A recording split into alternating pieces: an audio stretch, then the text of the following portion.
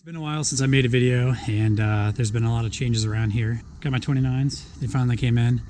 They're about 6 weeks back ordered right now, so I've been waiting every day patiently, and they finally came in. Upgraded wheels and brakes and everything, so those have been nice. Secondly, the plane is at my own hangar now.